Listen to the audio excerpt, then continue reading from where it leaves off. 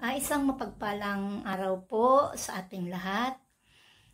Ikinagagalak ko po na kayo po ay anyayahan na panoorin ang OHC video ng Mensahero ng Silangan. Sapagkat kung kayo po ay may mga katanungan sa inyong isipan na hindi nasasagot, baka sakali dito po masagot ang inyong mga katanungan. Sapagkat ako po, noong hindi ko pa po ito napapanood, marami din po akong mga katanungan na gumugulo sa aking isipan. Ngunit nung dumating po itong video na ito sa buhay ko at pinanood ko, dito po nagkaroon ng linaw ang mga gumugulo sa aking isipan. Lahat po nasagot. Kaya pagpapala po ito para sa akin. Sana sa inyo din po. Be blessed! At kung kayo po ay naliwanagan at nasiyahan sa inyong mapapanood, paki-like and share lang po. Follow the link po. Nasa baba lang. Thank you po!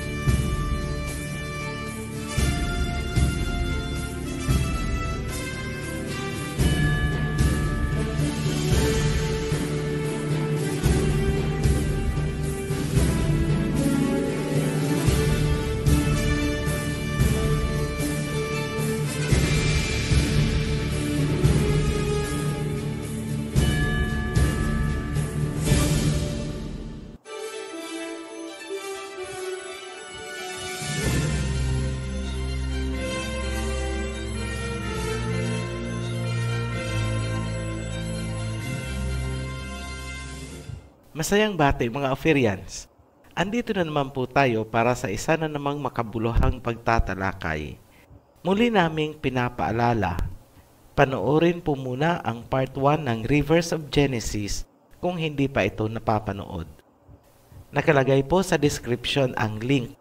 Hindi nyo po maiintindihan ang video na ito kung lalaktawan ang part 1 or introductory video.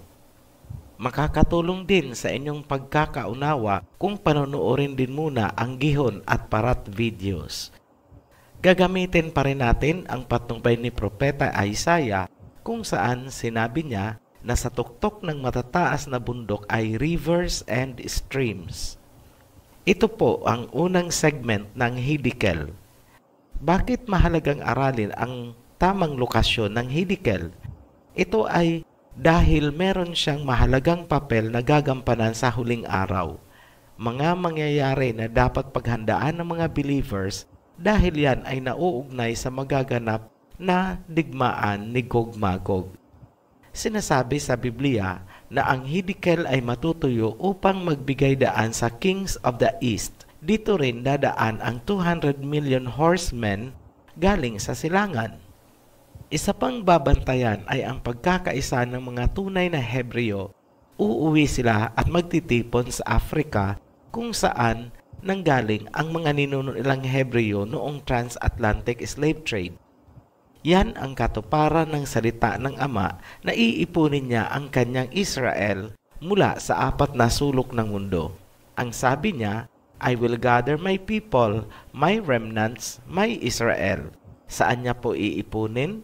Beyond the rivers of Cush. Ang rivers of Cush ay gihon ng Genesis. Unti-unti nang inihahanda ang pag-uwi ng mga blacks sa Africa from the 4 corners of the earth. Gumaganda na kasi ang ekonomiya ng Africa. Hindi na sila yung dating nagugutom na bansa. Dito nyo po makikita ang wisdom ng Ama kung paano niyang ginamit ang mga kapatid nating inchik upang makabangon ang Africa at upang makauwi na ang mga Black Hebrews. Ang katuparan ng propesiya na iipunin ng Ama ang kanyang remnants ay ginagaya-gaya din ng mga artista. Hinahanap nila ang mga lost tribes of Israel at dinadala sa kanilang lugar. Yung mga lalaki ay ipinapasok sa army. Bumalik tayo sa Hiddekel. Sa panahong nakasettle na ang mga Black Hebrews na manggagaling sa 4 na sulok ng mundo at naipon na beyond the rivers of Cush or Gihon, Saka magsisimula ang pangyayaring hahantong sa final showdown ni Gog-Magog.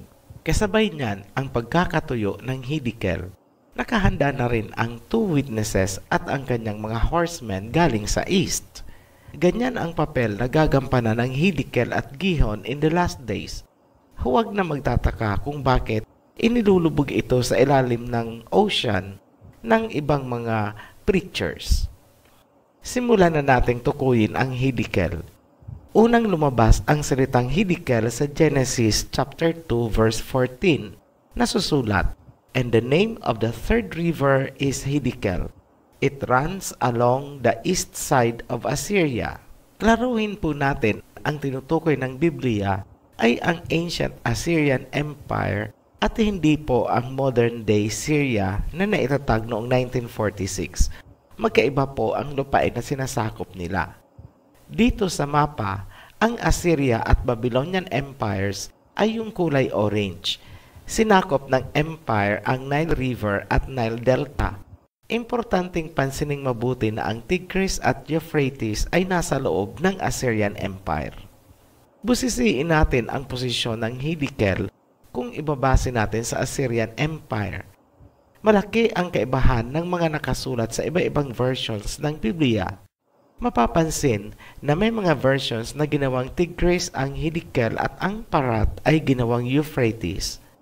Ang Septuagint version ang naglagay ng Tigris na dapat sana ay Hiddekel. Samantalang nanatili ang salitang Hiddekel sa maraming English versions ng Biblia. Nagkaroon din ng magkakaibang paglalarawan ng Hiddekel kumpara sa posisyon nito sa ancient Assyrian Empire. Diyan nagsimula ang maraming kalituhan. Ayon kay King James, ang Hiddekel ay toward the east of Assyria, sa Tagalog, papunta sa silangang bahagi ng Assyria. Sabi naman ni American Standard Version, in front of Assyria ang Hiddekel, sa Tagalog, nasa harap or nasa tapat daw ni Assyria. Sabi naman ni Berean Version, it runs along the east side of Assyria. Sa Tagalog, nasa silangang gilid ng Assyria. Kung susumahin natin, ang Hiddekel ay patungo sa silangang bahagi at ito ay nasa labas ng Assyria. Yan po ay klaradong-klarado sa pinagsama-samang versions. Sa makatuwid, ang Hiddekel ay hindi maaaring maging Tigris. Bakit? Kasi po, ang Hiddekel ay nasa labas ng Assyria, samantalang ang Tigris ay nasa loob ng Assyria. Klaradong-klarado po yan. Sa mga nagsasabi naman na ang Hiddekel ay nasa bottom of the ocean, mag-isip-isip din po tayo. Hindi kailangan ang kung ano-anong elaborate scientific research and references. Biblia pa lang at kunting talas ng pag-iisip, makikita na agad ang katotohanan ng ating sinasabi. Una, ang Hiddekel ay sinabi sa Biblia na matutuyo.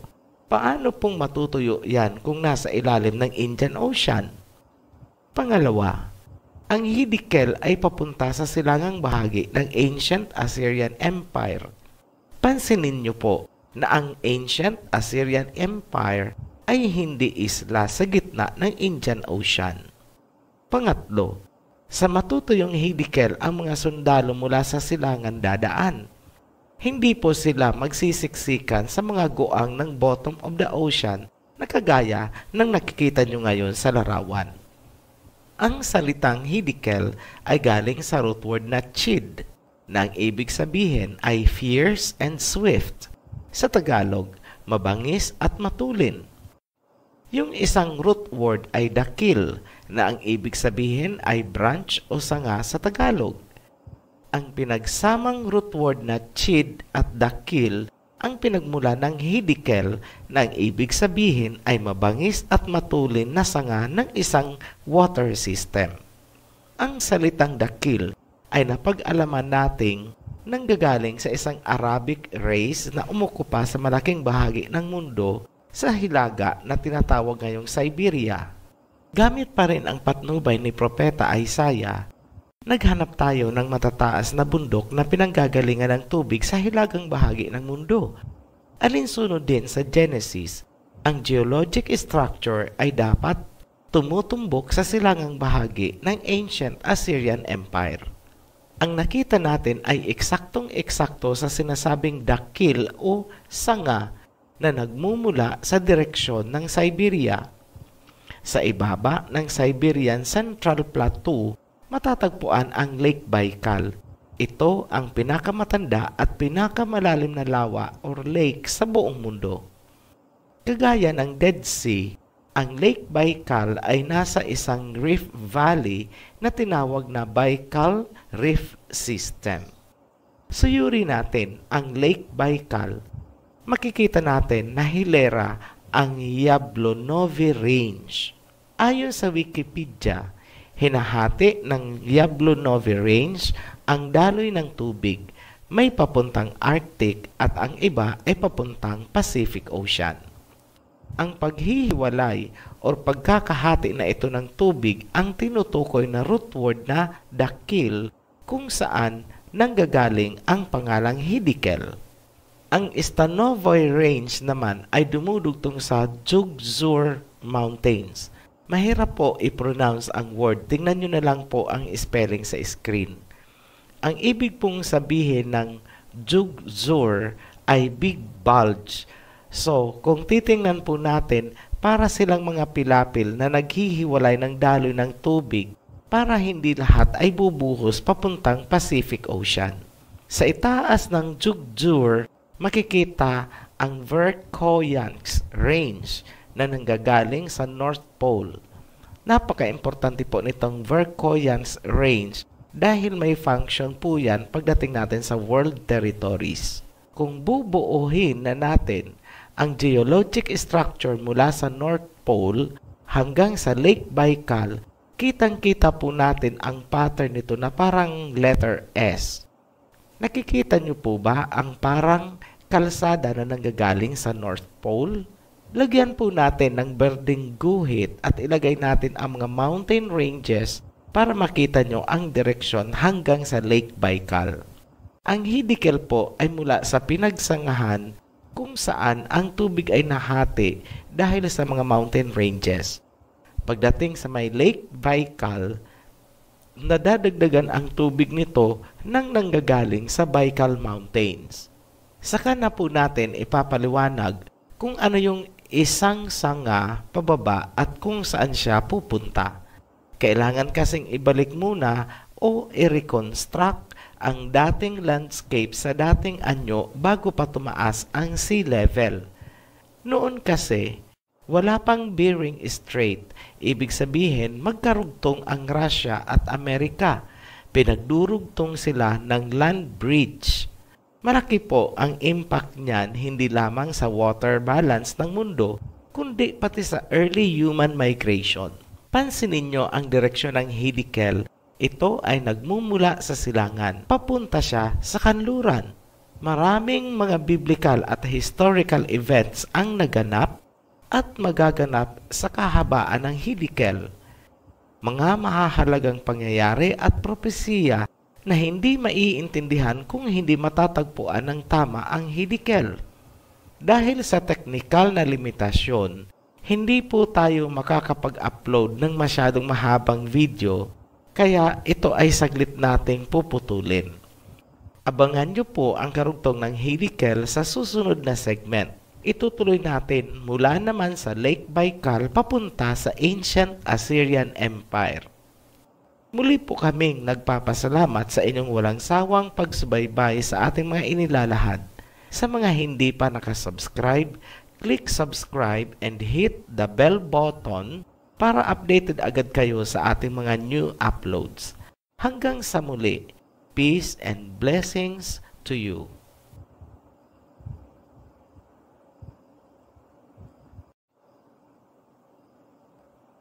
At kung kayo po ay naliwanagan at nasiyahan sa inyong mapapanood, paki-like and share lang po. Follow the link po. Nasa baba lang. Thank you po.